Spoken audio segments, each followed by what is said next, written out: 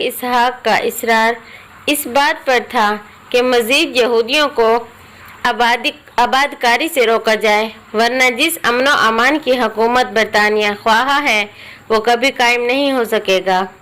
Governor का कहना था कि ये आबादकार बाकायदा ज़मीन खरीद कर आबाद हो रहे हैं, इसलिए शेख को एतराज़ नहीं होना चाहिए। शेख का कहना था बाज़ जागीरदार लालच में आकर ज़मीन फ़रोख्त कर रहे हैं। इस कारोबार को रोकने के लिए हुकूमत बरतानिया की तरफ से सख्त ममानत का ऐलान करना बहुत ज़रूरी है। दोनों अपने अपने मौक़िफ़ पर कायम थे। भलाखिर शेख को नहायत सख्ती से कहना पड़ा, मैं ताकत के ज़रिए ज़मीनों की फ़रोख्त की हौसला शिकनी करूँगा। अंग्रेज़ों के मफाद में बहुत बेहतर होगा कि वो मेरे काम में मुदाखलत ना करें। ये खुली धमकी थी, लिहाजा हर तरफ से शोर मचने लगा, लेकिन गवर्नर ने दानिशमंदी से काम लिया और ये कहकर गम और गुस्से को कम कर दिया कि ये बहुत पेचीदा मामला है, एक निश्चित में हम किसी नतीजे पर नहीं पहुंच सकते। हम फिर मिलकर बैठेंगे और कोई फैसला करेंगे, शायद ये दोनों के लिए काबिल कबूल हो। मुज़ाकरात ख़त्म होते ही गवर्नर की बीवी एक मरतबा फिर कमरे में दाखिल हुई। अहमद खलील की दिलचस्पी का सामान फिर आ गया। इसकी आंखें इस गोरी औरत के चेहरे पर फिर जम गईं। इस औरत के आते ही पेटीदार कोट पहने हुए एक लंबी तुर्की टोपी वाला नौकर एक बड़े ट्रे में मेहमानों के लिए चाय वगैरह ले आया। अब अहमद खलील को इस गोरी औरत में कोई दिलचस्पी ना रही। इसकी निगाहें प्लेट पर जम गईं।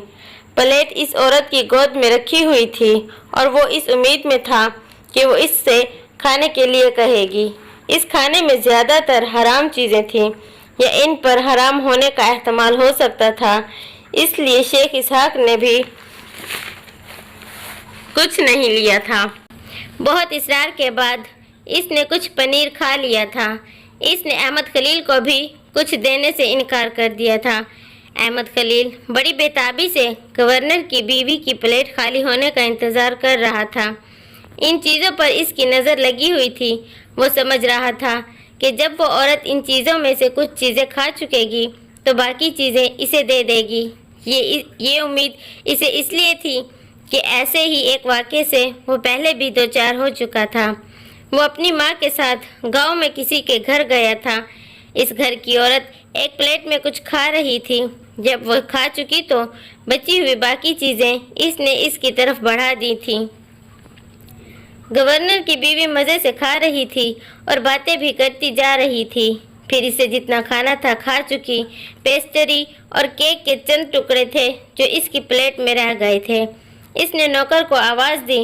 नौकर आया और वो औरत प्लेट इसकी तरफ बढ़ाने लगी।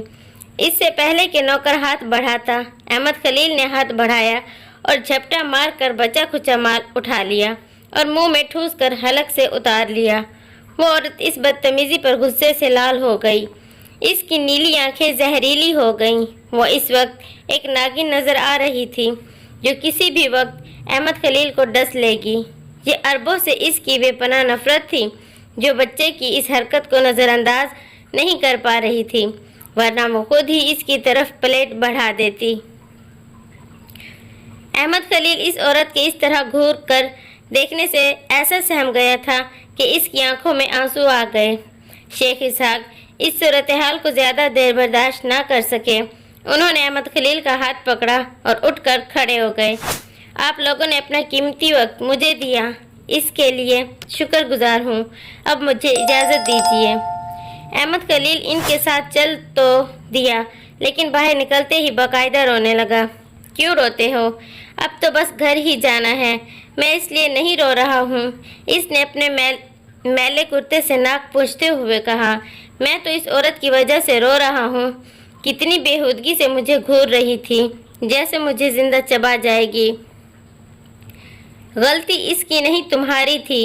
जब तुम्हें खाने के लिए नहीं कहा गया तो तुमने इन चीज़ों की तरफ हाथ क्यों बढ़ाया? अंग्रेज़ इन बातों को बहुत बुरा समझते हैं। मुझे खुद बहुत शर्म आ रही थी। वो क्या सोच रही होगी कि इराक अलमंशिया के लोग कितने नदीदे होते हैं। नाना, एक बात कहूँ, कहो क्या कहना चाहते हो। जब ये अंग्रेज अपने आगे का बचा कुचा भी हमें नहीं दे सकते तो हमारा हक हमें क्या देंगे। शेख इसहाक चलते चलते रुक गए और इसे गोद में उठा लिया। बेटा, आज तूने वो बात कह दी जो आज तक मेरी समझ में नहीं आई थी। ये अपनी प्लेट कभी हमारी तरफ नहीं बढ़ाएंगे, हमें खुद ही छीनना होगी। ये औरत मुझे इस नफरत से घूर रही थी कि अगर कभी आपके साथ यहाँ आया तो इसकी तरफ इसी नफरत से देखूंगा। तुमने ये भी ठीक कहा अहमद खलील, इन लोगों की चमड़ी जितनी गोरी है दिल इतने ही काले हैं। ये कौम इसी काबिल है कि इनसे नफरत की जाए। फिर आप इन लोगों से इतना हंस हंस कर क्यों मिल रहे थे। बरतानिया के पास ताकत है, हम ताकत से नहीं लड़ सकते। मैं इन तक अपनी बात पहुंचा दूं, यही बहुत है और मैं यही कर रहा हूं। हमारे पास ताकत क्यों नहीं। तुम अभी छोटे हो, ये बातें तुम्हारी समझ में नहीं आ सकती। इसके बाद अहमद खलील के पास कहने को कुछ नहीं रहा था। वो चुप हो गया और इसी खामोशी में रास्ता कटता रहा। जब वो इराक अलमंशिया के करीब पहुंचने लगे तो अहमद खलील को अस्मा की याद आई। पूरा दिन हो गया था, इसने अस्मा को नहीं देखा था। ये पहला मौका था जब वो अस्मा से इतनी देर दूर रहा था। इसने तेज तेज चलना शुरू कर दिया, यहाँ तक कि वो शेख इसहाक के आगे आगे चलने लगा। और जो ही इसे सहराओं में पड़ी हुई झुग्गियाँ नजर आईं, वो भागता हुआ गांव में दाखिल हो गया और नाना से पहले ही अपने घर पहुंच गया। इसका अंदाज़ा ठीक निकला। अस्मा इसके इंतज़ार में इसकी माँ के पास बैठी थी। वो भी इसी चटाई पर बैठ गया। अस्मा ने इसे देखकर मुंह दूसरी तरफ फेर लिया। इस तरह वो ये जाहिर करना चाहती थी कि वो इससे खफा है। इसकी माँ ने अस्मा की तरफ देखा और अपनी हंसी रोके बगैर न रह सकी। अस्मा तुमसे नाराज़ थी, इसकी माँ ने इससे कहा। नाराज़ है तो होवा करे, मैं क्या करूं। ये नहीं पूछोगे क्यों नाराज़ है। मैं क्यों पूछूं। तुम दिन भर के बाद आए हो इसलिए तुमसे नाराज़ है। मैं तो नाना के साथ गया था, आपने इसे बताया नहीं। मैंने तो बता दिया था, अब तुम भी बता दो। अहमद खलील ने अस्मा के करीब बैठते हुए कहा। माँ ने तुझे बता तो दिया था कि मैं नाना के साथ गया हूँ। माँ ने तो बता दिया था, मगर तुम बताकर क्यों नहीं गए। मैं ही नहीं, अब्दुल अजीज़ भी तुमसे खफा है। अब कोई तुम्हारे साथ नहीं खेलेगा। तुम दोनों इतना तो सोते हो। मैं नाना के साथ सुबह ही सुबह निकल गया था। तुम्हें कैसे पता। फिर तो ठीक है, मैं सो रही थी तो तुम कैसे मुझे बताते। आओ खेलते हैं, मैं कब से तुम्हारा इंतज़ार कर रही थी। वो दोनों छत पर चले गए। अहमद खलील ने अपनी जेब से केक के चंद टुकड़े निकाले। ये लो खाओ, मैं तुम्हारे लिए लाया हूँ। मेरे लिए? कहाँ से लाए हो। मैं नाना के साथ अंग्रेज़ों से मिलने गया था। वहाँ एक अंग्रेज़ औरत भी थी, इतनी गोरी थी कि तुम्हें क्या बताऊँ। ये केक इसी ने मुझे दिया था, मैंने थोड़ा सा तुम्हारे लिए रख लिया था। अहमद, तुम कितने अच्छे हो। अब मैं रोज़ तुम्हारे साथ खेला करूँगी। एक रोज़ एक अजनबी मेहमान शेख इसहाक के दरवाजे पर आया। ये एक नौजवान था जिसके बदन पर फटा पुराना लिबास था। इसने अपना तारुफ शुमाली इलाके के एक दूर दराज गांव के एक दहकान की हैसियत से कराया। मैंने जब से होश संभाला है आपके हौसले और शुजाअत की तारीफ़ सुनी है। मैं एक आम सा नौजवान हूँ, लेकिन आपकी तारीफ़ सुनकर मेरे दिल में जहाद की आरज़ू मचलने लगी है। मैंने तय कर लिया है कि आपके ज़ेरे कुमान दुश्मन से लड़ूंगा, लेकिन मेरे पास जंग करने के लिए हथियार नहीं है। मुझे हुक्म दीजिए, मैं आपके लिए क्या खिदमत अंजाम दे सकता हूँ। मैं तुम्हारे जज्बे को सराहता हूँ। हम ज़रूरत का हर हथियार तुम्हें मुहैया करेंगे।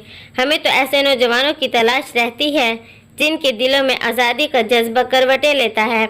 मैं आपका शुक्रगुजार हूँ कि आपने मुझे कबूल किया। इसी तरह मेरी तरफ से ये हदिया भी कबूल फरमाइए। इसने आटे का एक थैला इनके सामने रख दिया। अब मैं इजाज़त चाहता हूँ। इंशाअल्लाह मैं सुबह को दोबारा आऊँगा। ये कैसे हो सकता है। तुम हमारे साथ यहीं खाना खाओ और रात यहीं बसर करो। मैं सुबह पूरी तैयारी से आऊँगा। इस वक्त मुझे जाने दीजिए। ये हो ही नहीं सकता। हम मेहमान को भूखा नहीं जाने देते। शेख ने खतीजा को हुक्म दिया कि वो मेहमान के लिए जल्दी से खाना पकाए। खतीजा ने आटे का थैला उठाया और खाना तैयार करने के लिए बावर्ची खाने में चली गई। इन लोगों से कुछ दूर अहमद खलील और इसका मामूजाद अब्दुल अजीज एक चटाई पर बैठे खाली कारतूसों से खेल रहे थे। ये आपके लड़के हैं? मेहमान ने पूछा। एक मेरा पोता है, एक नवासा। ये बच्चे तो बहुत दुबले हैं। इन्हें देखकर मैं इराक अलमनशिया की गुर्बत का अंदाज़ा कर सकता हूँ।